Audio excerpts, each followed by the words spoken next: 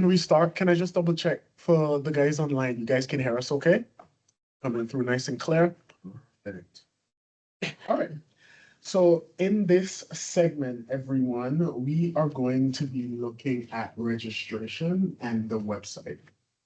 So just like this morning, especially those of you guys online, just like this morning, if you guys have questions, just literally interrupt me. Something doesn't make sense, exact same like we were doing this morning. In terms of, bless you, in terms of what we're going to be doing in this section, so for the rest of the afternoon, we're going to be looking at the site designer. That's what we design both the website, the registration process. It is the same interface that we use for your emails, and it's the same interface that we use for surveys. So honestly, once you understand the site designer interface, you generally understand how to build emails in Cvent and how to build surveys. Obviously, what you're doing is different, but the functionality is pretty much the exact same. So we're going to cover website registration, and in communication, we'll look at things like emails, your surveys, how to create web links, and how to send those things out. Learning objectives for this section. So by the end of our time, you will recall the steps to set up your registration processes. You'll also understand how to configure and send emails through Cvent, and you'll also know how to test and launch the event, making it active. Okay, first, I want to cover the website. Like I said before, both the website and registration are in the same site designer, so we're going to the same place, but you'll notice when we get in, it is sectioned, website versus the registration section. And one thing I want to call out before we even go in there is that you will see different features, widgets, and settings in the website area than you will see in the registration area. So I want to call out right away, if you're trying to achieve something in the website area that you have done in the registration area, and you're saying to yourself, why can't I do this?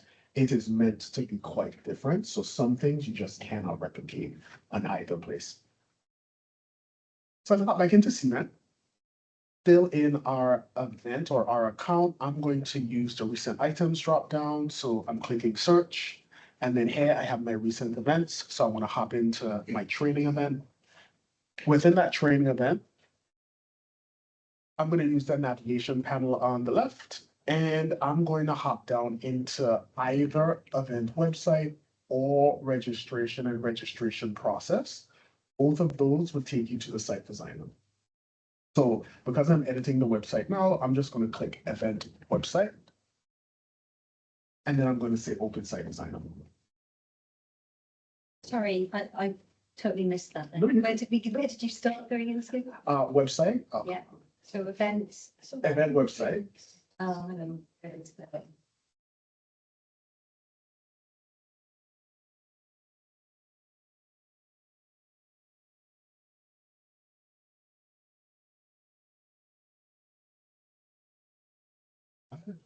Right. Okay, cool. And then open site designer. So once we're in the site designer, now the first time we come into the designer, only the first time, or if we have not saved, we're going to see this theme quick setup menu here on the right. Now, obviously we have a template. We're not designing a new theme. So right away, I'm just going to come in and say done. Right? The purpose of this, and remember we're using a template, so we're not necessarily going to use everything as if we're building from scratch. The purpose of this theme quick setup menu is if you're creating an event from scratch, you need to design the theme for your website. It's generally the first thing that you would do. That's why you'll always see it. But we're using a template. We're not editing the theme. So I'm just going to say done. So when you come in, you see that on the right, just say done. And now we're in the site designer problem. So let's first do some navigation, understand where things sit and what the buttons do, and then we'll start editing the website. Starting on, I'm going to scroll down because that's going to distract me. Starting on the top left-hand corner, remember Cvent navigation is generally on the left-hand side of your screen. So I have my website pages across the top, and these are all the different pages that have been created in the template. For example, I want to start editing my speakers page. I hover down to speakers, I click speakers, and now I'm viewing that speaker page. Continuing down, the plus icons allow me to create additional pages. So maybe I wanted to create a hotel. Oh no, there's already one. Maybe I want to create a special information for conference attendees who are hosts as well, right? I can create an additional website page. Notice when you create an additional website page, you can designate the page title, which is for the backend, the browser tab title, which is what people will see in the browser, and then the website navigation title, which is what they'll see here in your navigation. It's only unique name. You don't need to know this, but something that I think is really cool is you can limit page visibility by a registration type. So let's say there's information that you only want a certain type of people to be able to see when they come to your website. I can actually say, only show this website page if your registration type is a media partner or speaker or sponsor. Anyone else will see this page when they go to the website, right? Or I can even have a hidden page, allow access by web link only. Let's say there's confidential or private information that you don't want everyone to see. When you create a page in this way, just by toggling it on, so I'll show you how to create it. The page is not going to show up in your navigation, that host information, because the only way you can access this hidden page now is if I send you a specific web link to that page. If you navigate away from that page and like view the rest of the site, you cannot return to that page. You have to go back to the web link, click it to go back to that page. We use that for members, do they? Yes, yeah, we would. Continuing down, we then have our registration pages below. I can see the different registration paths here. We'll talk about what a registration path is in a moment. I can see the settings of my registration process here in the settings gear icon. I have my individual registration pages. And again, to edit, I'm just clicking the title of the page. And now I'm on that personal information page to edit. Back to navigation. Still in that navigation panel, let's scroll down. These additional pages, a lot of planners kind of forget that they're even there. But just remember, these are pages if someone cancels, right? It's a cancellation form. Maybe I want to ask you a specific question based on this event, right? This is where I would have to ask them, not on the confirmation page, which a few people think or have thought in the past. And another one that's really important is this guest information page. If I'm bringing a guest or I'm allowing you to bring a guest, when you say I want to add a guest, this pops up so that we can now take the guest details. By default, it only ever has these 4 questions. I'm not even sure if companies are default question, but remember you can add additional questions, right? Maybe I want to ask the guest a specific question. I would add that onto that guest widget. If I don't, the primary registrant has those primary registration questions, but I'm not collecting anything else from the guest. Oh, wow. Yeah, it's quite intense. Okay, so continuing, it's very unexpected. Continuing down, we also have headers and footers. And you can see we can create more than one header and footer. If you click into the gear icon, this is how you can see which page on your site this specific header is attached to. So there's quite a lot on here at the moment. Yeah. As part of our work with Pinky, who's our implementation lead, we're going to tidy this up and make it so there's only a few options and rename them so it's obvious. So website navigation option 1 and option 2 are the 2 that we have chosen and that we're going to go with. We'll rename them, be obvious what they are. So when you guys actually start using Cvent, you won't have all of these. And then in addition to that, the final page that we have here is the archive the booth page. And I didn't mention this up front, but when you create your event, there's an event archive date that's automatically 3 months after your event ends. When that date comes, your entire registration process and additional website pages remove themselves from the internet and are replaced by this single archive event. And just remember that if you, I know, right? If you want, and all you guys are generally soft spoken, so I'm trying. But just remember if there's anything that you want to, examples. I've seen clients use this for images after the event has been complete that they just want to live outside there. I've also seen other clients put links to future events as if it were an event calendar. So someone goes to this link, they'll see those events that that it's been like. That's how I've seen people use it, but the point is disengage. Site, so that anyone chooses the links that you created, they will take you to that archive event. It's archived. That's our navigation panel here. Coming across to the center, we have undo and redo, so I can always walk something back a step, I can forward a step. This notification bubble is going to tell me if we have any issues with registration. We'll come back and talk about that. Next to that, we have publish and save. And these are the two most important buttons in the designer, to my opinion. If I've created content and I've added a new question and I save it, that question is only saved in the back end of Cvent, so no one who's looking at my live site will see that question. Versus if I publish, that now takes the changes and pushes it to the live version of my site. Distinction, it does not make the site live. It just, if the site is live, whatever I publish now becomes the visible version of the site. Also important if you're doing tests, because you can test different versions back and forth. Device preview shows you what your device looks like when it resizes. It automatically resizes itself based on the device someone is viewing it on. And in these three dots, I call it the More button. But specifically, you have your version history in here. Every time you save or publish your site, a new version of your site is created. And you can actually flip back and forth on the sites and add notes. So for example, if I now save this version, I'm going to say in my version history, maybe this is a good version that I know I want to come back to as my safe, quote unquote version. I would go back to history. I would add a note to say this version again for a. That's it. And now I know what's on what version. Also, really important, viewing versus publish. Viewing is what I'm seeing in the designer, and published is what is published on the actual internet if the site is actually live. And the reason that we always recommend adding a note is a really important one is on average, people have between 20 to 100 versions of any one site, because if you think about how many times you click save randomly, it's a lot.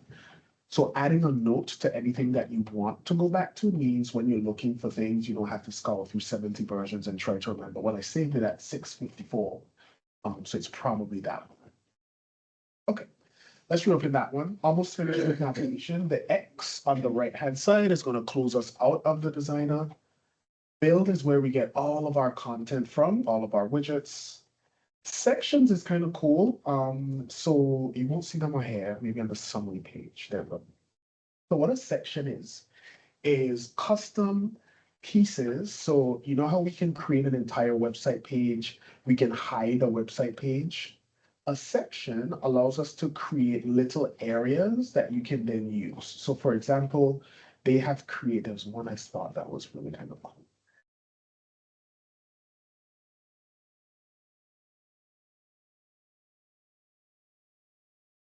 So this is an example of a custom section banner that we created for you. I'm assuming we created it. So if I click this and drag this across to my screen, what it does is it creates a section that has all of these things. It already has the title, it has the location, the register now button, the date and time. So we can create those custom sections so that instead of you going and designing an entire page, you come in, let's say, I'll show you the Cvent created ones. Those are a bit more full. So I like the speaker ones. Let's go with venue. So for example, if I know I wanted to highlight the venue, there are different options for me. If I like this version, I can drag it across. And now it has all the information I need. I just need to now click the link, update my image with the image of the hotel. Let's see, this was my hotel image. So now instead of having to figure it out myself, it's pre-built. So this might be something you might want to build some pieces for you guys. That was sections. Still navigation. Theme is going to allow us to change the theme of our event site. We're not going to edit the theme, so we're not going to change that theme. And then settings allows us to display time zone and taxes. So for example, you see how it has the date and time here of the event. If I say display time zone, let's do event date and time. Okay, I think in the theming, it might be grayed out, but let me see if it's on the home page. There we go. There's a good example. So I've turned it on for date and time. And you see how now it says viewing in Greenwich time. So my delegate is now able to click that and update it to their time zone and see the rest of my event in their actual time zone. So it's really useful for your virtual events or sessions. All right, let's go ahead and actually start to build on the designer now. So I'm going to go on to the FAQ page. I just think it's a little cleaner. And we use a drag and drop functionality to add content, and we just click to edit the content that's there. So let's say I wanted to edit my FAQ page. Here's the first question. So maybe on the question one, I'm going to click in, and I don't know if you can see this very well, but you see this is blue on blue, so not a great example. Let's go for the. You see how as I'm hovering around, I have that like blue box, but then I have this purple box instead. So this is how we design in the designer, and it's really important. So the canvas is the entire website. On top of the canvas, those purple outlines are sections, and a section is where you can have a different background color. Maybe you want to have a background image for that section. Perhaps that section is in 2 columns versus 3 columns. And then on top of the section is where you add the content. It's just your widgets, right? So if we look at as this is built, I can see that we have our sections here. And I can see that this block, so this purple outline here, is a 2-column section because I have 2 columns versus this top one is a 1-column section. The benefit of that is if I do my device preview now, when the system resizes, like on a mobile phone, it's going to keep those sections together. So when it resizes, it's going to keep my first section above. It's going to show me everything that was on that right section together. Instead of going and reading it this way, it's going to read that block together, and then it'll move down to the next block. Versus if I looked at it on a desktop, it's kind of next to each other, right? The image and that text versus now I have the image and that text falling below it. So that's just important. If you see sections on your template and you are trying to mimic this, you have to do it with those 2 sections. Best practice, right? Because we have a template is I would duplicate. So I'm hovering over this section, just hovering randomly. You see how this menu now opens up here on the left-hand side? I can edit by clicking the pencil. I can move it up and down if I wanted to. And I can duplicate it here as well. And now I can edit that way as opposed to trying to start from scratch myself. Another reason why you don't want to, we're talking about best practices, right? So another reason why you don't necessarily want to start from scratch on your template is because they're themed. For example, if I go into the registration, this is the best example that I can show you. So I have my sessions widget here, right? And you can tell the title of the widget because it says it on the top left. You see how it says sessions right above my cursor? I know that's a sessions widget. If I were to edit, I don't want to edit. If I were to throw this widget in the trash, look at how it's designed, right? I've thrown that in the trash. Oh, actually, I do need the sessions widget. So I'm going to re-add it. But now it's not the same branding, right? If you notice, let me go back twice. You see how I have that blue line, that white text, that kind of gap in between here. And if I go forward twice, I don't have those pieces anymore. So that's why as a best practice, when we're using templates, we want to duplicate because you're duplicating the theming and the aesthetics. If you just add something new, you're going to have to try and match back that theming or aesthetics. So that's just a template best practice. Let's actually add content now. So back to that FAQ page. If I wanted to edit the text, really simple, I'm going to find the widget that I want to edit. So I'm looking for the box. I'm going to click into that widget. The build menu on the right is going to populate so that I can edit. I'm just going to highlight. I will say Please ensure budget. The confirmation links will be sent out as soon as you register. If we have wasted the get joining links of the event. Maybe I want to make these bullet pointed so I can highlight. It is a rich text editor, so I can add numbers, I can add bullet pointing. If I wanted to hyperlink, maybe I want this to email someone, this chain link here. Can you see that one? Yeah. Is the sign in Cvent for hyperlinking. So maybe I want this to take you to a different address. When you click it, I can put in that address here. Or maybe I want it to open up an email in your default email client and send me an email with subject line, cannot access the recording. I can also set that up so that you click it and it does all of that automatically for you as a delegate. And then I'm going to change that question text by going into question one. Same thing. I access by joining. Right. It's that simple to start editing and updating the actual text and content.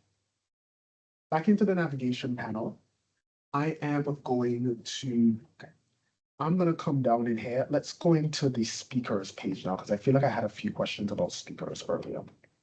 So similarly, the speakers that we added in the speaker area earlier, speaker list, and we just went and added Avocado and his picture, will automatically come into this speaker widget. In the speaker widget, if I click in, you're able to, in the settings, determine what information people can see. Like if I click more details, maybe I don't want you to see that document, that PDF that we added in the list. I only want you to see it on the attendee website or in the event app. So I'll turn it off from the site here. Or what I think is really cool, you can even group by category. So I'll change the category soon and show you. But if I actually, let me do it now. I'm going to save this. This is a good example of why categories are important, but are missed by a lot of clients. So if I go back into the speakers and you have these categories in your agenda as well and in a few other places, well, I'm going to go into Avocado and I'm going to change his category from a speaker to a host. So I'm in his area. Let's change it from a category of speaker and let's go for host. Hit save. And now because I've said on the website, I want to sort it based on category, it'll actually separate the host from the event speakers. And what some clients are doing with that is they might have their keynote presenter stand out. Then on another area, they want you to see the session hosts. And then maybe they want you to see the session staff as well. So now it shows my speakers. I think it'll show it on the actual preview. So I'll show it to you when we do the preview. Because avocado's disappeared, I think it's just gone down and it's not showing us data preview. So I'll show you when we actually publish.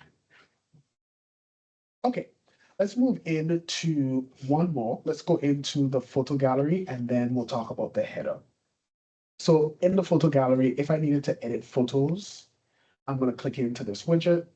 This is a photo gallery widget, which is a little bit different than our standard photo image widget. So to add images here, you're simply going to come in and say you want to add image. However, my best practice with this is to always ensure that the images are the exact same pixel size. And the reason is if you add a different pixel size, like it's shorter, for example, the actual site will pull up when that picture goes. It's a lot more noticeable when it's like on the top of a page or in the center of a page, and you can actually see the whole page moving up or down. So that's a really important best practice that I don't think we tell you because we want you to be able to do what you want to do, but it's a thing. Okay, navigation panel here on the top left.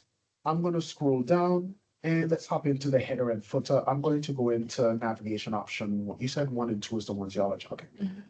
Just quickly on the photo gallery, that is where event photos will go, the whole album. There's a limit, we can't put the album on. We can only do, I think he said we could only have 20 max, something like that, yes. It's 2, I thought it's 10. Or maybe it's, yeah, I think. So we can only pick like a few to highlight rather than the whole thing. Okay, so I'm in the header here. If I wanted to change any of the header details, the first thing I want you to notice is I'm going to click into this image, and we're actually using CSS coding for this. Now, I'm not a coder, right? I don't know what CSS coding means. It's a whole bunch of gibberish to me. However, to call out, if you needed to change this video, you just need to add the CSS coding in here. And then it changes the video here based on that coding. The most I can tell you about CSS coding. We do have coding in a few other areas though that you are using that I do want to call out because it's a bit difficult if you don't know how to change it. I think it's on your sponsor page. Yeah. So do you notice on the sponsor page, when you hover over a sponsor, it kind of floats up very slightly. So I'm going to click into that widget.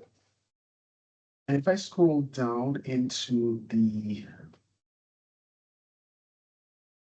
And if I scroll down into the widget of the, I did that kind of fast. Let me do that again because it's a few different things.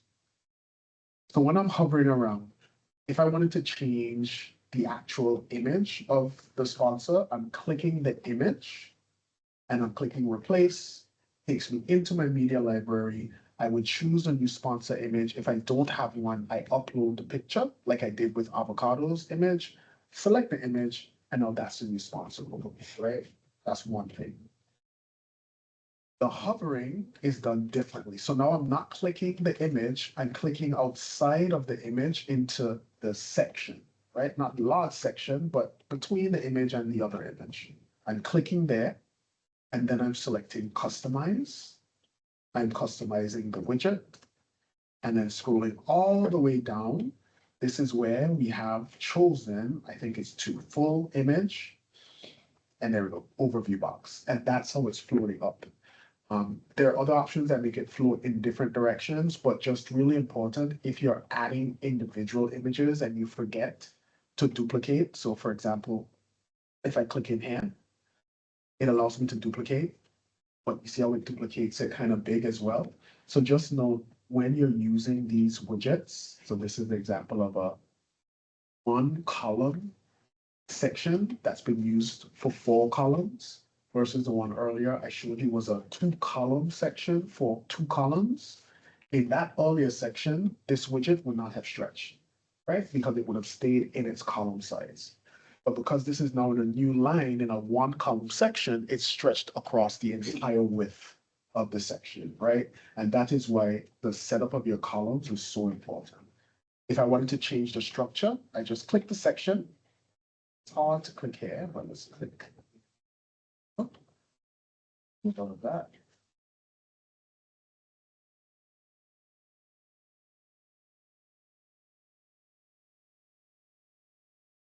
A little difficult because we have these container widgets on, so it's hard to click into the section outside of the widget. But it doesn't let me click it just because it's in the container. But to show you, if I want to drag a section across, all the way down on the bottom is where you have those section options. For example, I make this a 3-column section. If I were to, in my build menu, add an image, so I'm in the build menu on the right, I'm just going to drag a picture in here, drop it down. And let's choose one. Oh, let's just choose this. You see how now that's always in its little area versus if I click back into this section and I needed a 1-column section, how it stretches across. So that's my only point when you're editing, especially images, just pay attention to the section and how those sections are actually set up. Okay. Questions about editing the website pages? Makes sense. One more thing that I do want to just kind of point out here is I'm going to come in here and I'm going to go ahead and publish. When you publish, you're going to get different types of warnings. We have a red warning and we have a yellow warning. The red warning means you've done something that prevents people from registering, or there's some type of issue that is going to affect how people experience your site. For example, it's saying that I added 2 images and I added them without alt text. I'm going to say go to Insert. It's going to highlight, see that blue outline? It highlights the image where I've missed whatever that logic is. it said alt text, so I need to add that alt text or say it's a decorative image. All right, I'll try to publish again, and it'll do the same thing. It'll tell me I've not done everything, and I'll need to go back and edit that other image. Okay. On here, I'm just taking in faces. Does the functionality of the site designer make sense? Because I really was only paying attention to the functionality there. Yeah, online makes sense, drag, drop makes sense, and okay, cool. Well, why don't we complicate it a little bit more? I'm gonna save, and let's actually move and talk about the registration process now. Actually, I have an activity for you guys. Would you like a pause and let's do our quick little activity to edit the website portion? This is actually going to let you get in front of the template and see all the pages in the template before we move into registration. So let's take a break, let's take a pause. Let's log into Cvent and let's take about 10 minutes on this activity. So it says add an FAQ page, you already have one. So add an FAQ to your FAQ website, FAQ of your choice. Update the speaker widget and review the options available. Take a look at the build menu. And this is a really important one, number 3. Add any 3 widgets of your choice and just review the settings. And the purpose there is I want you to understand that each widget has different settings. So you should never look at a widget and think because you understand how a sessions widget work, you know the features or the options in a speaker widget because they all will have different options. So one of the ways that you guys will know what you can display is just by literally adding the widgets and clicking around and seeing the options that are available. So I would like you all to hop into the site designer and do those activities. Again, just as a quick reminder of how to access the designer. We're in Cvent. I'm using the recent items dropdown to hop into my training event here on the left. Once I'm in that event, I'm going to go to event website. Once I'm on event website, I'm going to say open site designer. For the first time, if you've not saved, mine isn't going to pop up because I have saved. But on the right-hand side, remember you have that theme quick setup menu. It should just say done. Make sure you click done. And then go ahead and edit to your heart's content. Let's do that for about 10 minutes and then we'll move into the registration process. Any questions, let me know. Be editing your site, The one that you created. Oh, yeah. Yeah, from earlier this morning. So everything should be done in your training event. Wait, hang on. Oh, okay. Do you want to plug it in? No, you're okay. I'm really charged up now, so. No, you're okay. I thought it was a problem with itself. I was like, I just brought you from the office. Why don't you watch? No, you're okay. It looked like it wasn't being used, so I'm starting on the chiefs. Okay. All right, everyone, last minute on this activity and then we'll move on. Battery wise. Only on 92. 41. What are you doing? I'm fine, in 50%.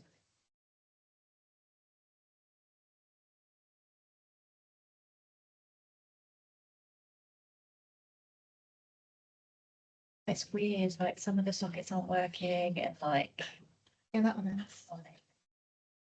Okay, as we wrap this activity, I wonder if anyone has questions, thoughts about the template, things that they feel need to be added, things they're wondering about. There is also a full answer, so don't feel like you have to find something in. No questions. For our business, the testing business, our course product information is going to be on X by K, so it's going to be on the website. Okay.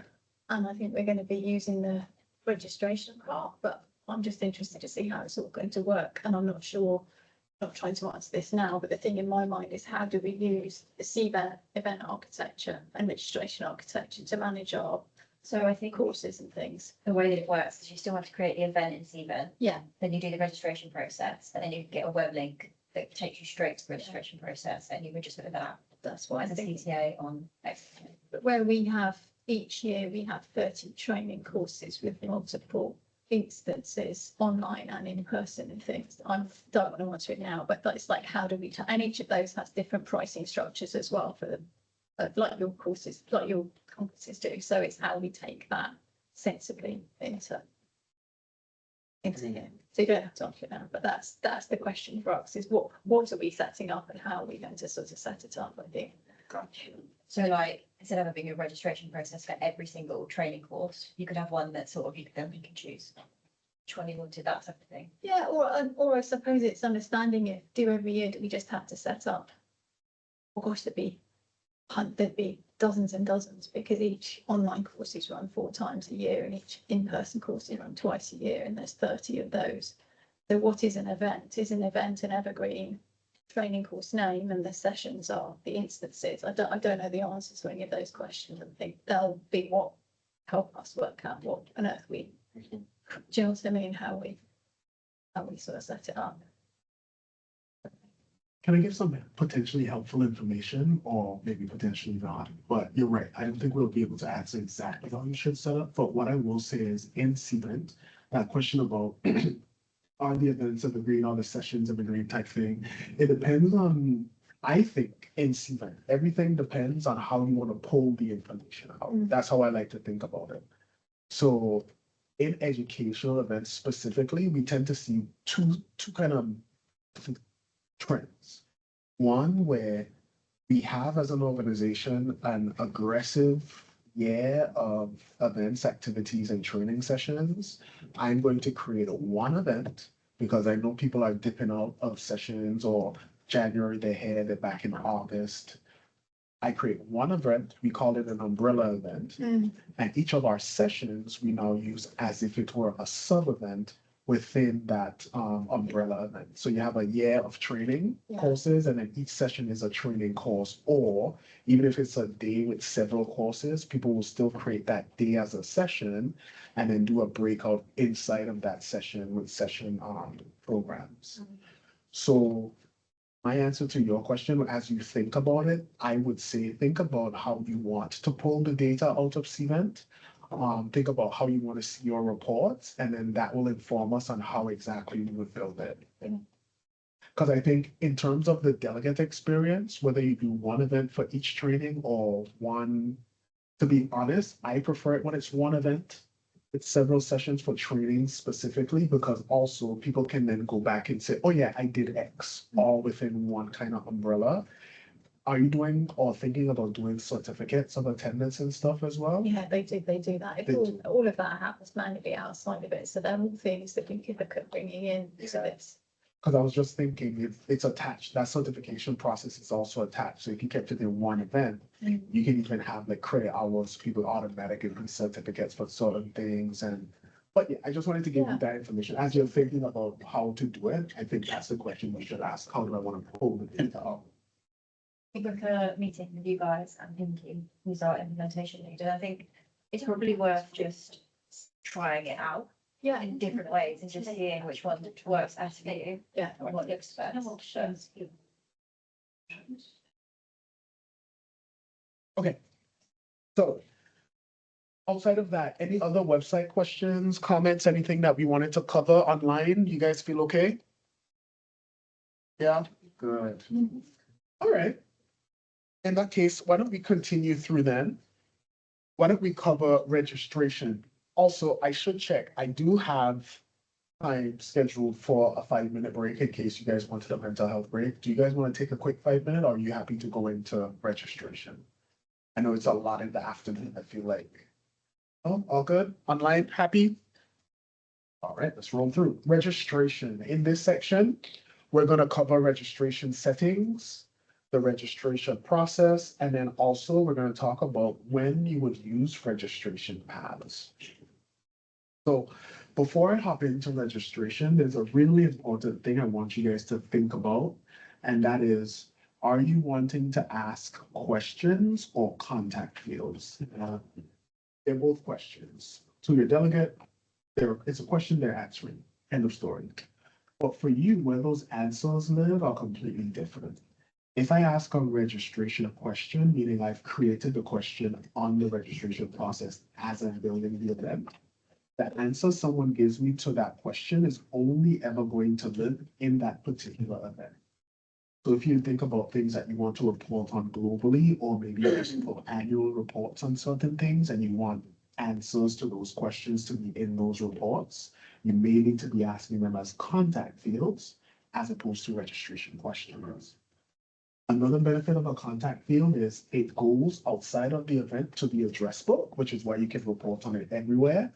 But it also means if I ask you that question in one event a year ago or whenever, that information comes across in all of the events. So things like accessibility, dietary restrictions or requirements are generally better as contact fields because it's saved. You ask it once, it pre-populates every time someone registers, but they can edit it. Another really important thing to think through is, do you want to ask a text question or a choice question? And this is the one that really goes to your data. If I ask, dietary restrictions is the best example, right? I asked you, what are your dietary restrictions? And I asked that as a text question, an open text question. Let's say we're all vegans here. I spelled it P-E-G-A-N, you spell it P-E-G-E-I-N, you spell it some other way because why not? You spell it the same as me. Now we have 4 different line items that will never match back up and total in our report. Versus if I ask a choice question, it will show me 25 people said vegan, 30 people said vegetarian, and then we can give them the option for other for those that we haven't captured so that they can then full type them.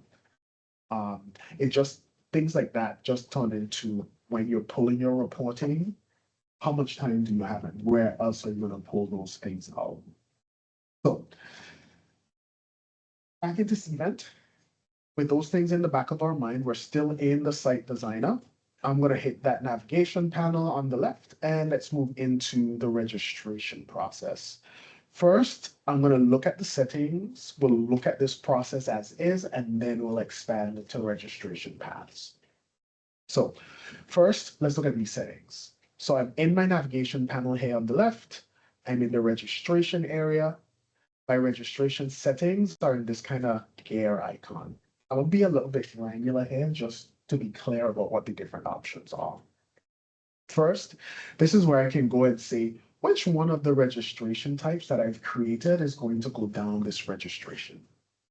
I know I said I'll save registration paths for later, but think of a registration path as example. Okay, you and I are registering for this event, right? Let's pretend we're walking down the street. So I don't know what streets I'll call, but you're going down First Avenue and I'm going down Second Avenue, right? We're all going to McDonald's. McDonald's is the registration, the end of registration.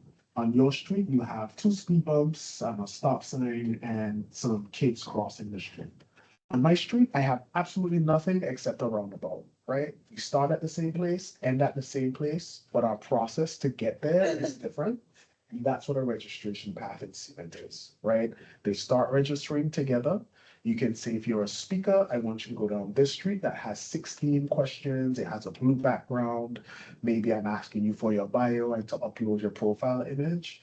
Whereas you're a general attendee, you go down this other path that has 3 questions. I'm taking your dietary restrictions, and then I'm asking what sessions you want to attend, right? Same registration, same session, same event. They're registering even for the same activities, but they're seeing different things when they go down registration. So that's what a registration path would do. So what I'm doing in these settings for delegates, delegates is the name of the registration path. You see it says edit registration path here. So I'm basically saying which of my registration types that we created earlier will now travel down this registration process or street and answer do whatever it is I've set up on this street. Continuing down, I have my basic settings where I want to enable a waitlist for this registration path. So if registration is closed, the waitlist comes up. They can say, I want to register for the event, but they're not actually registering for the event. Discount code use, self-explanatory. Do I want you to be able to use discount codes on this registration path? Approve registrations manually. We call that planner approval. I'll do a few different things. But what this basically does is I have my registration process. You complete the registration process, but you're not a registrant. You're put in pending mode. You don't get the confirmation page. You get a page that says your registration is being processed, or we are reviewing your registration data. As the planner, you get an email, or we can look up the list that says Keegan's trying to register with all of the answers to the questions, all of my details, everything I put into the registration process. And then from that email, without going into Cvent, I can literally say approve. I click approve. If there was something to pay, for example, he would then be charged when I click approve, and then get the confirmation email to say you are a registrant in this event. If I say decline, his card is not charged, even if he put in his credit card details, and he gets an email to say you cannot register for this event. So that's what that approved registrations manual is.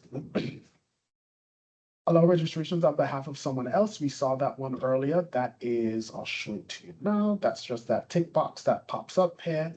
So someone is registering with their first name, last name, email. It only shows them that little text that says, I'm registering on behalf of someone else. They click it, it shows them first name, last name, email. Reason being, I'm your executive assistant, I manage your calendar. I also get confirmation emails, event reminders, etc. Back into those settings gear icon. There we go. Okay, allow invitees to modify their personal information after registration, first name, last name, email address. They're not editable after someone registers, and a few other contact fields. This just allows them to edit those details. Most clients leave them on and off in case someone changes who they are without notifying you. So like if you need to do something and then I randomly change from Keegan Sejan to Sarah Bryan, directly Sarah shows up when you're expecting Keegan. So that's why a lot of clients don't turn that one on. Mark identity fields as read only if they arrive from a web link. This is if we're sending out an email and we know who that person is. When we send an email through Cvent, we obviously know who the person is because we've sent the email to them.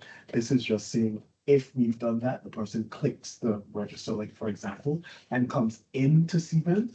First name, last name, email are read only. They cannot edit those details, right? Because we're saying now, this is Keegan's registration. I sent you an invitation email. I don't know who else was going to try and register, but Keegan's the only person registering via this email that I've sent. Do you do that if you sent a discount code? That's a good example of when to use it. Yeah, that's a good example of when to use it. I would probably use it more in we're training a client right now, the Novo Peace organization, and that's an example of they use something like they use this because it's very, very high level people who are supposed to be there and they want to ensure that only that person registers. So yeah, this codes and stuff is a reason, but I really seen it more for like high profile VIP type government. Or I guess speakers. We don't need to hold it on to that.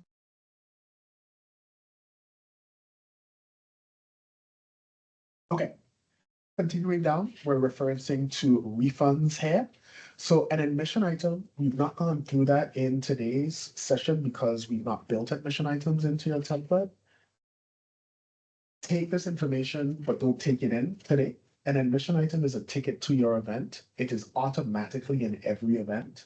The reason we didn't need to create one is because you don't have any segmentation options to entry. An example of where I would create multiple admission items is maybe I have a 3-day event and I specifically want you to purchase a day 1 only ticket or a day 2 only ticket or a full conference ticket that gives you access to all 3 days. Is an example of where you would use it. So because we're not splitting things up in that way, we don't care about admission items, it's automatically assigned to people. So what this question is saying though is if I did have day 1, day 2, day 3. Let's say day 1 is £100, day 3 is £500. I modify my registration and I go to day 4, day 3 from day 1. It's just going to charge me the difference. Or do I want to get a full refund of what I initially paid and now be charged the correct fee is what this question is asking. All right, coming down almost there. Privacy settings. These are the really important. They're all important. But these are specifically important because if you get these wrong, people aren't going to be able to register for your event. If I say that this is open to the public, it means anyone who's found the link to my event can register. That's not withholding any other things like that limitation that we just talked about before. But open to the public means you find the link, you can register, it's not gate kept. For example, in your template, we're using open to the public because we're sending registration type specific web links out. We don't know who those people are before they register. So we have to have it open to the public so that they can then register. If I said only those on an invitation list or sorted lists, it means I'm taking a list of people, I'm importing it into Cvent, and I'm saying only the people now on this invitation list can register. Even if I send you an invitation email, even if I send you a direct link, if you are not on this list, you can't register for my event. And then that last option, only those on certain lists, it does the exact same thing as the previous one, only those on invitation list, except this time you can actually designate a specific list, right? Maybe you have a speaker list, a general attendee list, I don't know, member of the press list. I only want you to register if you're on my members of the press list, not if you're just on a list in my event. I'll leave this as open to the public. Other options are super commonly used. This is a really good one. Limit registration by email, domain, or IP address. We find a lot more businesses are doing this. So you can actually say, I do not want you to register if you are registering from a yahoo.com email. Maybe if you have if you have an AOL.com email. So you can actually say, or you can say only allow the following. So maybe it's an internal event and you only want to allow people who has the Smithers. Is it smithers.org? .com. People who have the smithers.com email address. You can even get more specific. I've only seen 3 clients in my Cvent career do this, but you can even allow specific IP addresses if you want to. All right, let's not limit that. Continuing down, allow partial registrations. Best practice, I normally recommend leaving this on. Partial registrations is going to keep someone's details after they become abandoned. In Cvent, an abandoned registrant is someone who's started to register and did not complete it within 40 minutes, 40 minutes. They then are listed as abandoned. The system will forget their details at that point. I think it's after an hour, it forgets their details. But if you leave partial registrations on, it keeps what they have done so that when they rejoin the reg process, it picks right back up. They don't need to start over. Source ID, you guys won't be using this one, but currently we're identifying people by their email address. That's how we know if we have 2 Sam Thompsons, the difference, because they have different email addresses. You would only really use source ID in cases like if it were a employee event and you're using an employee ID number to register people because confidentiality, you just have the employee ID number or membership number of some sort. The share prompt is cool. After someone completes registration, it's going to pop up and tell them to share your event on their social media. So I toggle that on. It can say share, or maybe I'll say invite a colleague, right? And it gives this URL to share the event, and then you can determine which social media sites they can then share on. So I don't want you to share to Facebook or X. It's a bit more businessy, so I want you to share on LinkedIn. We're going to talk about reference IDs when we talk about web links, but I'll just do it now since it's here. In Cvent, when you create your web links, like a link to registration or a link to the homepage of the website, if someone clicks that link and comes in, I heard someone talk about this earlier, it doesn't actually tell you in your reports which link they used to come into the registration process. So if you are trying to track which of those links were more successful, or I don't know, you have different agencies who are bringing people in and you want to report on who's doing what, you have to add reference IDs. And that's why you're seeing a reference ID here, because this, if I looked at the report at the end of the day and I wanted to see who registered based on seeing it as a share by someone who registered, it won't tell me unless I put that reference ID of something like shared, right? Or shared prompt or something. Because when I pull my report, I'm going to pull in the field of reference ID, and this is what I'll see in that column. Otherwise, it will just say registered via web link. Continuing through, we have that group registration settings. So remember in our preview, we completed the registration and then I selected I think it said add a group member. Add another person to your registration. That's it. Add another person to my registration and then I added, I think Mary Smith or something. So this is that option. It's called group registration. So you toggle this on and that is what allows someone to do that. You can give a maximum number of people who can be registered as part of a group. And you can also limit the registration types available to group members. And this is a really important one. You saw when I did it and I added the group member. I don't know if you remember exactly, but when I added a group member earlier in the preview, a box came up saying choose the registration type with a whole bunch of options. If you don't want that to happen, we need to limit the registration types available. And it might just be group member, it might just be attendee, whatever way to work. Okay, I'm not going to do that. One more distinction, actually. So we have group registration here, which you are using, but we also have guest registration. Now, both of these features are quite similar, but fundamentally different. If I use group or guest, it allows me to register. I can do this. This ceiling is getting Oh, yeah, you can see the yellow from it. the glass under it. In the bowls and targets and boil water. Thank you. Where did it come from? It's like that ceiling height, you can see it dripping.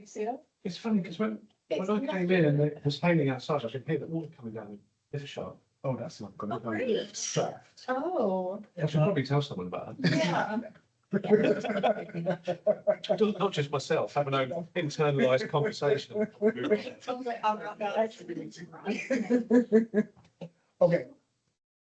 Lovely. All right. So, funny story. One time, I was seeing someone and I was staying at the apartment and the entire was raining. The entire roof just came in from the rain in Streatham in London. Just poured in the middle of the night. Yeah. I saw it dripping and it just brought me back to a different time because. No idea what's going on in here. Yeah.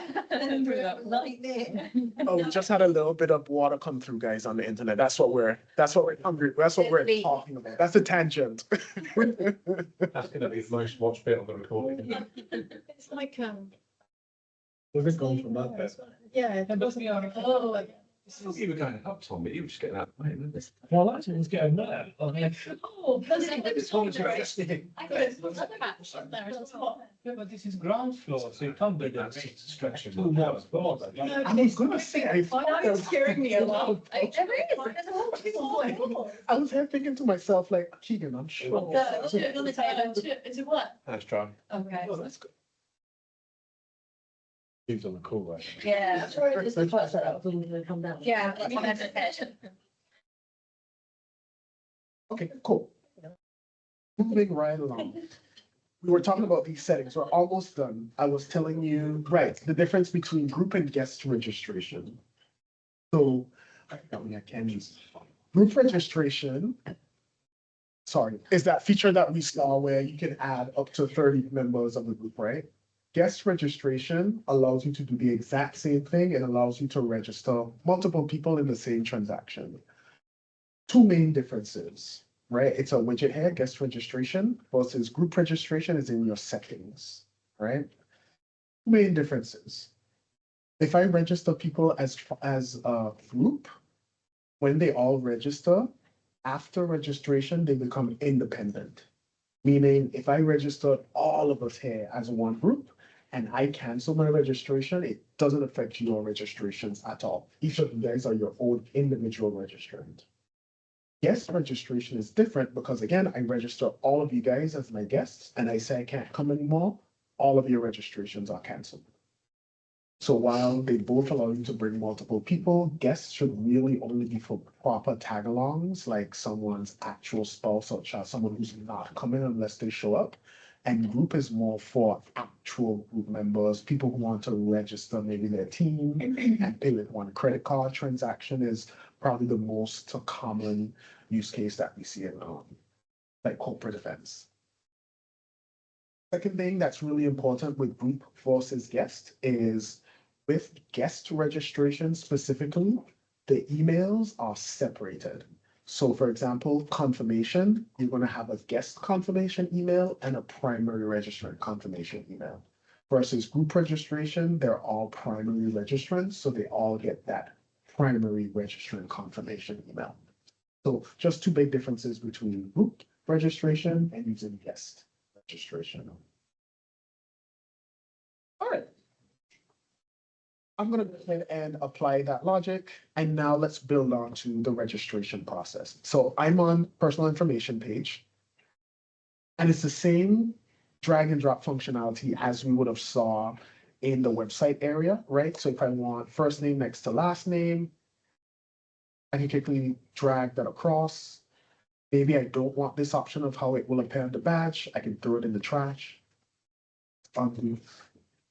But let's actually start building questions. So in the build menu, you're going to notice that the registration questions are different, or the features you see here are slightly different. This registration type widget is what allows people to choose their own type. Then I have my contact fields. I have standard contact fields, and these are standard to all Cvent accounts, right? First name, last name, date of birth, country, passport number. Every Cvent account has them. If we come down a bit more, we have custom contact fields. Now, these are going to be custom to your account, and you guys make them. Your admins will actually create them in your account. To use a contact field, it's really simple. You're just going to click it, drag it across. The question is already going to be created for you. On the right-hand side, I just need to say whether it is read-only, required, or optional. We'll skip the visibility settings for now, but that is how I create a contact field. Really simple. If I were going to use a registration question, the event level only question, I'm going to scroll down in that build menu now, just at questions. And remember, we fleshed this out ourselves. So I'm going to find the question type based on the answer someone will give me, the answer format. I'm going to drag that in here. Let's do it right above here. That blue line indicates where it appears. And then on the right hand, I'm going to flesh it out. Right? Let's see. Friends. What's it called? Raincoat. I'll make it required. And here's a really important feature that I don't know if you're aware of, a question tag. So going back to reports, a good example. NPS score is a good example of this. I don't know if you guys do net promoter scores. You do. So you probably want to report on your net promoter score question in every event that you've asked it, right? You probably do it as a survey. So survey is a better example. But like pretend you've done it in registration. A question tag allows me to create a word, a term, a phrase that I will then use in my cross-event reports to look at just that question. The benefit of that is I can tag any question with the same question tag. Are you okay for me to create a dummy one in your account? I'll call it Cvent. Okay. So I'm going to create a question As tag. long as it's not called avocado. Hilarious. I'm going to create that. And now I've tagged this question as Cvent, right? I can actually tag this question at, well, this is a contact field, so we can't tag a contact field, but this is a question. I can go into this question and I can tag it with the same Cvent. I need to refresh it so it pulls through, but I could tag it with the same Cvent tag. And what that then does is if I go to my cross event reports, instead of looking for a question, I would look for a tag. And then I can see everywhere that that question was answered and how the question was answered. So tags are really great. We talk about custom contact field or contact fields being globally reportable now. And then event level questions not tagged, you can only pull them from within the individual event. So you could tag anything you want as something like feedback. Yeah. If you just wanted to see how much people liked the event or where they found registering. Okay. How and in practice, how a lot of people are pulling these reports, a lot of admins are using those reports. Yeah. We can create custom reports that have all the things you need, but some admins just tag their name as the question tag, and then they'll just pull that and they can just see whatever they want to see in that way. Okay. Way of working, I guess. Okay. So those are the question tags. Let's undo that. Let's go back to that question I asked. Okay, so it's a choice question. Do you need a rain code? Continuing down, I made it required. Here's that tag. Visibility settings are important. You don't need to use them, but let's say I only wanted you to see this question if you selected that you are attending a specific session. I could do so, right? It's an offsite tool. Maybe I need you to upload a waiver. I put the waiver in the registration process, you download it, fill the waiver out, you attach it as a file upload, but you will only see that if you select a particular session. We can also have it visible for a specific registrant. And this has a lot of criteria. Maybe I only want you to see this question if your company equals Cvent, right? Or maybe I want you to see this question if your registration type is a certain thing. So you can show questions based on answers to other questions as well. A common thing that I see a lot, what I used to see, I don't really see it, I haven't trained this client in a while, but I had a client who was in Germany, in Berlin, and they always seem to have some extra GDPR thing that they have to do. So he was asking the question of where did you come from? And everyone, I think it was a set for Germany, had to answer a certain, oh no, the other way around. Everyone who came from Germany, a specific region in Germany, had to answer a specific question. So he used this to only show them that question. So different things I could do. And then if we go back here, you also have link logic for choice questions. This is where I ask another choice question before. So this is a good example. Which session, I have one survey and I want to bifurcate it. Which session did you attend? I attended workshop 8. Then the linked questions all come up because you said you've gone to workshop 8. That's what link logic would be. It's grayed out because I don't have an initial choice question to link it to, but you need a choice question to link it to, and then you can link to. Lots of options. But let's continue fleshing out that question. So I've asked the question text. I want it as a single answer. I can give you multiple answer, radio button or drop down. I don't like let's go for a drop down. And then I'll give you options of yes or no. If I wanted to, I can give you a not applicable. Let's do drop down so you can see a radio button. I can give you not applicable. If I wanted to, I can even give you other and that free text box. To my point earlier about choice questions, give the choices and then give that other option for anything additional. But if you say yes, I want to know your code size. So I'm going to create a sub question. After I've created that initial question, I have the option that's like downward arrow that looks like a hook for those of us online. I can add a sub question here. I could say, give me another choice or text question. Let's do choice. And then now I'll say, please confirm.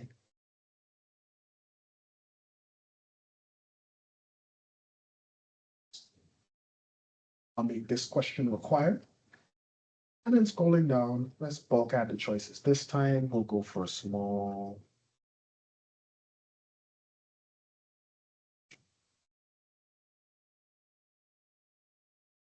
The add choices. And then 3 dots, the more button, I'm going to delete choice A and choice B, make it a little clean. It's reminding me that I need sub question logic. What is going to make these options appear? So I'll keep scrolling down. And then I have that sub question logic.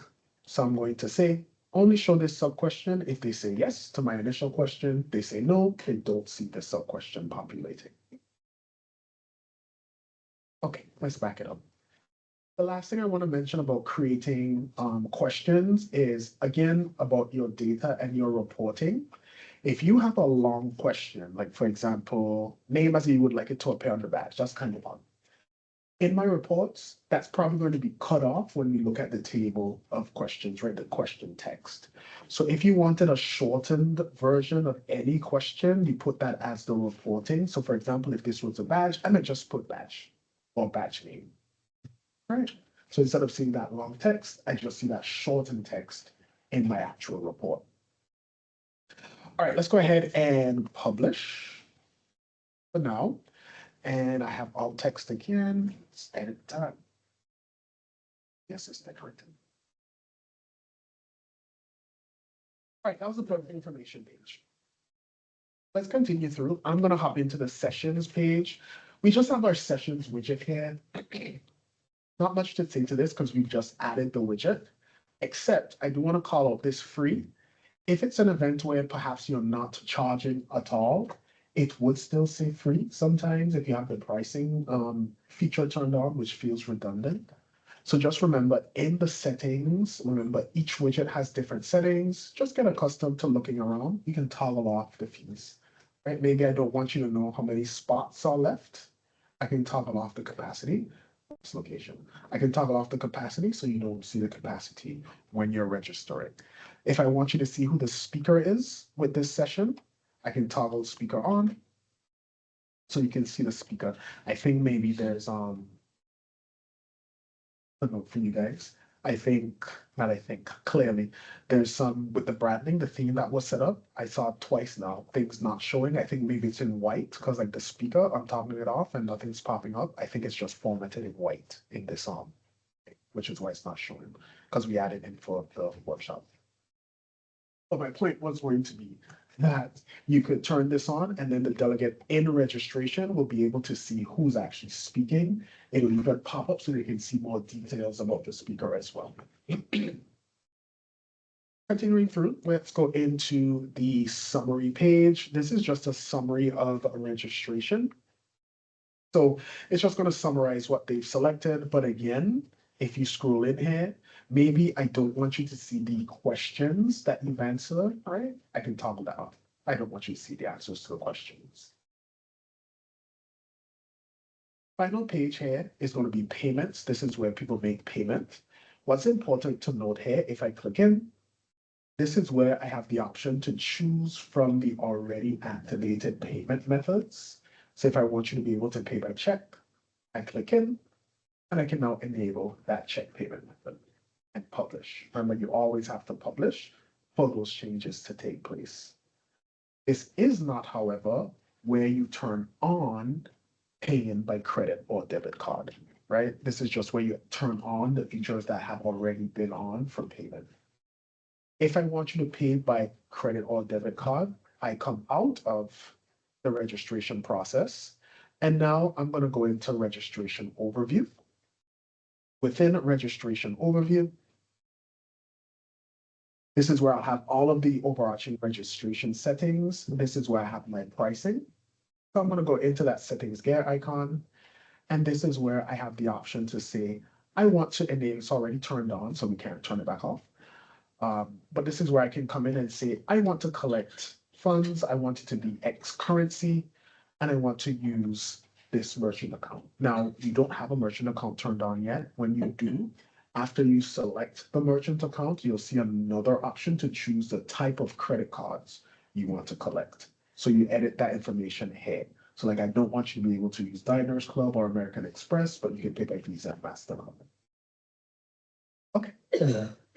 Let's go back into the registration process. Just two more things I want to show you, and then we'll go into our final activity of this block. Let's reopen that site designer.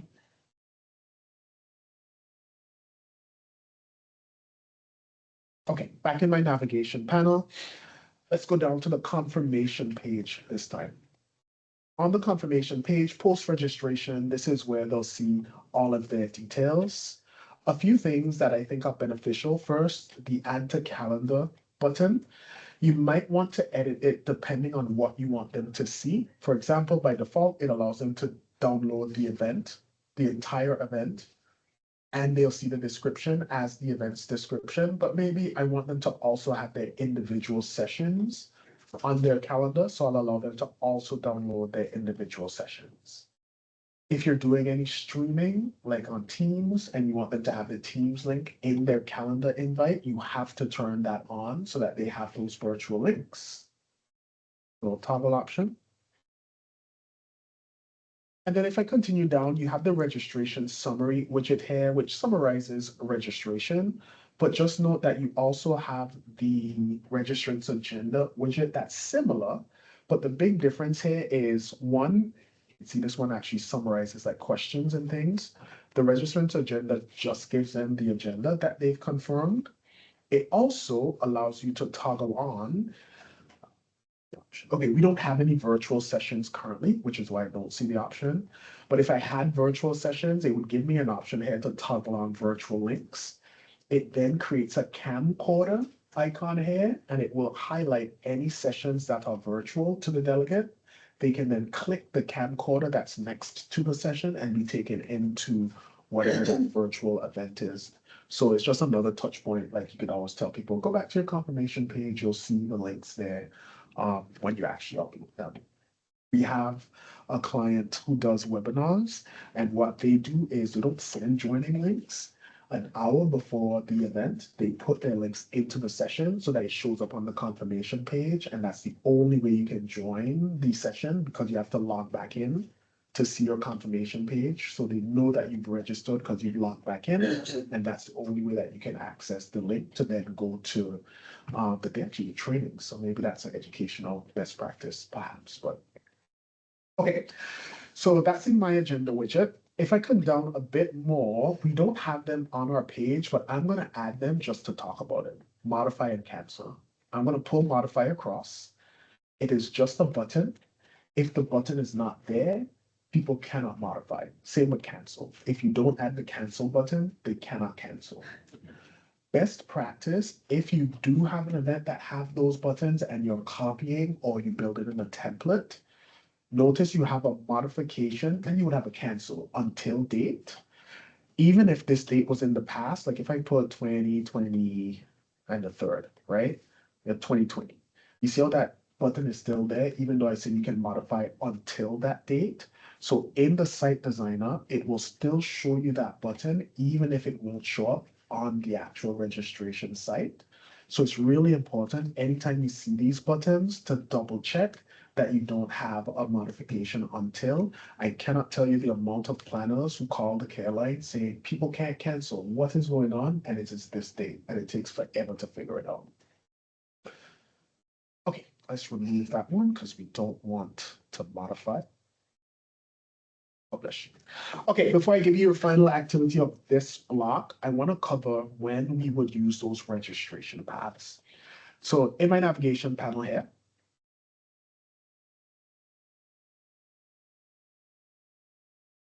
in the navigation panel here, you'll notice I have a drop-down, and this is where I have my second registration path. Now, there are specific reasons why you would want to create a registration path or an additional registration path.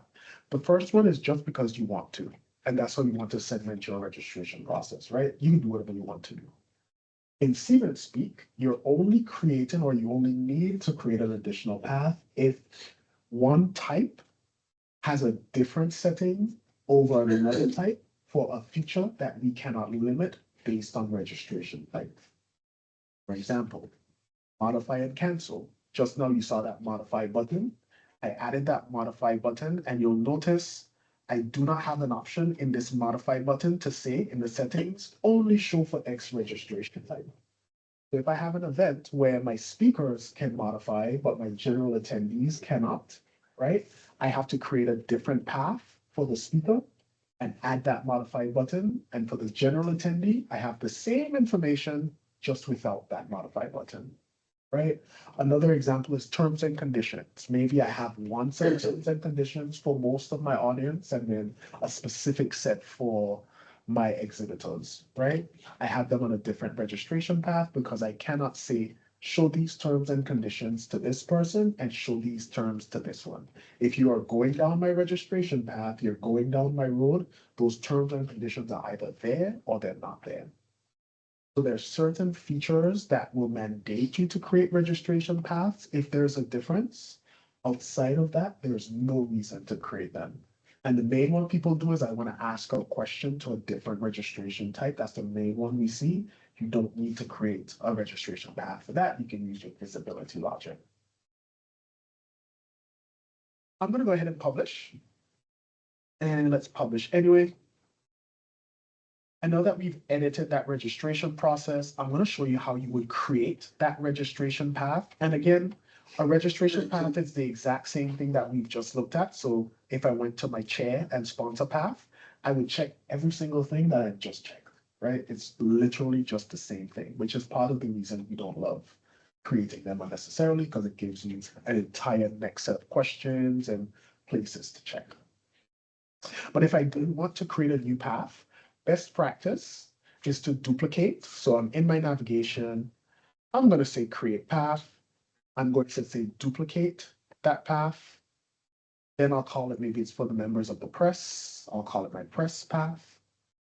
Choose the registration types that should be going down this path. Change my settings if I need to. Create. And now I have that press path, but notice it has every single thing that my other paths have, right? Okay, let's undo that path because I don't want that third path. Throw it in the trash. And let's republish. Okay, so that is the registration process. Let's close out of the designer and let's talk about activating our event and testing. And then you have your activity. So I'm on, or rather I'm outside of the designer. When I'm going to test my registration process, I'm going to go to the overview page. From the overview page, we have the actions drop down. In that actions drop down, perform test.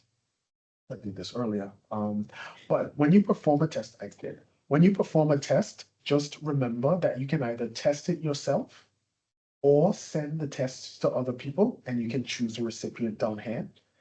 Best practice for that is to create what we call test user roles in the account. You can then add people who don't have access to Cvent, and then you can send the entire, basically it sends a web link via email, and then when you click the link, it creates the site as if it were live. Some links, web links won't work because there's no site to actually link to because the site's not created yet, but most of the things will work, data tags, everything will work. But I'm going to say test myself. I want to test a registration process. This is a little bit tricky, not tricky, but need to know. If you specifically want to test a registration type and you don't have the option for them to choose their own type on registration, you're going to need to act as if you're coming from a Cvent email, like an invitation email, because that allows you to choose the contact type, right? Even if you created a custom web link, notice if you say web link, it doesn't allow you to choose a registration type. And as a best practice, you want to test all of your registration types before you open registration. So I'm going to say start test. It opens up in a new tab for me, that test, or rather in a new pop-up. So just make sure your pop-up blockers are off. I get like a little red thing here in my browser if it's not the first time, and I can click it and say accept from Cvent tests. And then you're able to test the event fully as if you were test. So right away, I can see that for some weird reason in this registration path, this should be down here, I'm assuming. So I already know there's something I need to correct. Yes, I need a raincoat, and there's that sub question. If I said no, nothing happens.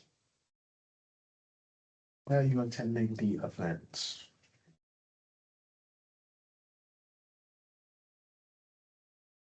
I'll pop my. Let's see. Oh, let me show you. So if someone did not answer a question that's required, it's the next, but oh, sometime. If I go next, it literally pulls me down to say it's required. Is that registering on behalf of option? If I click it, now it gives me that drop down.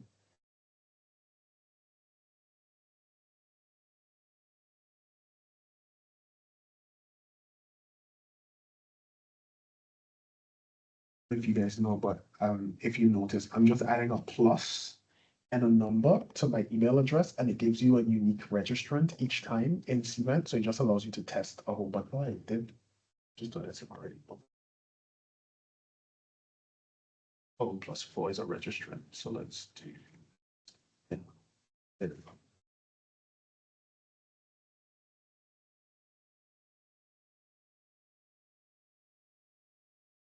And on the next page, I have my sessions. The great thing about testing in this way as well is every single test that we do like this will show up as an attendee, so we can practice managing their details, and we can also practice doing things like updating registrations, marking participations, all in test mode. So not actual registrants. So we'll use this test later on in the rest of our trainings. And now here's that share prompt that we added that then allows them to share to their social media. It literally allows them to just log in and it will have you share that event that they registered. That's the registration process. I have a best practice slide for you. I'm not going to go through it. It's here in your slides. It's just talking about things that cannot be changed once you open up registration. Shall we do our registration activity? So in this activity, I want you guys to go in, create a question of your choice. If it's a choice question, do a sub question on that. Review the options that you have in your sessions widget. Review your registration path settings, update them if you feel necessary. Publish your registration process and go ahead and give it a test. I think we have 8 more minutes left in this session, so let's use all of the time for this activity. If you need a reminder, just let me know.